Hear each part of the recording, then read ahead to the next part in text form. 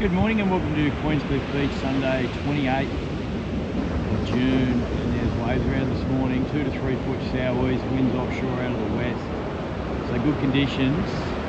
High tide just after 7 a.m. So it's a little bit morning sickness going on at the moment, but it's going to get good on the lower tide. And so high tide 10 past 7 is a 1.3, lows at 12:30 p.m. 0.7 of a metre. Air temp 17 degrees, overcast day with showers is the forecast, water temps 8 and 5.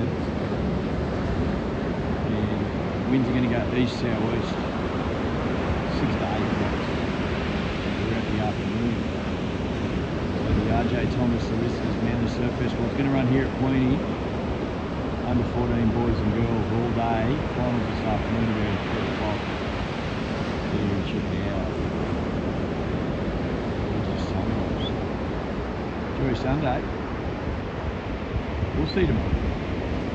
Yep.